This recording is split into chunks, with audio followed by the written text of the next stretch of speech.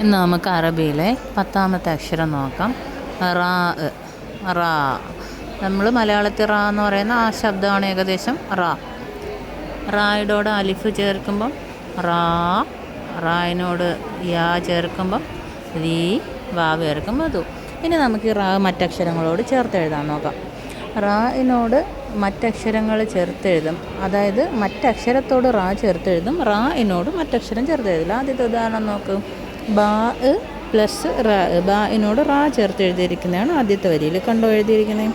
രണ്ടാമത്തേത് ലാമ്. ലാ എന്ന ശബ്ദം ലായുടെ കൂടെ റാ ചേർത്ത് എഴുതിയിരിക്കുന്നതുണ്ടോ. അടുത്ത മൂന്നാമത്തെ വരി നോക്ക്. യാ. യായിനോട് റാ ചേർത്ത് എഴുതിയിരിക്കുന്നു. നാലാമത്തെ വരിയിൽ വാവ്. വാവിനോട് റാ ചേർത്ത് എഴുതിയിരിക്കുന്നു.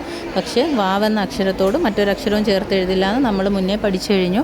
അതുകൊണ്ട് അവ സെപ്പറേറ്റാണ് എഴുതിയിരിക്കുന്നത്. നാലാമത്തെ വരിയും നോക്കിയാൽ അത് മനസ്സിലാവും. അടുത്ത നോക്ക്. സീൻ. സീനിനോട് റാ ചേർത്ത് എഴുതുന്നു. സീനിനോട് റാ ചേർത്ത് എഴുതിയിരിക്കുന്നു. അഞ്ചാമത്തെ വരി. അടുത്ത നോക്ക്. മീം. മീമിനോട് റാ ചേർത്ത് എഴുതിയിരിക്കുന്നത് എങ്ങനെയാണെന്ന് നോക്ക്. മീമിൻ്റെ പകുതി അതിനോട് റാ ചേർത്തു. അടുത്തത് റായിനോട് മീം ചേർത്ത് എഴുതിയേക്കുക. അതെന്ത് ചെയ്യാൻ പറ്റില്ല.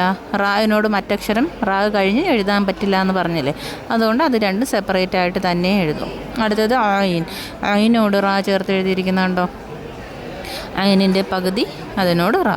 ഇതുപോലെ ആണ് അക്ഷരങ്ങൾ പരസ്പരം ചേർത്ത് എഴുതുന്നത്.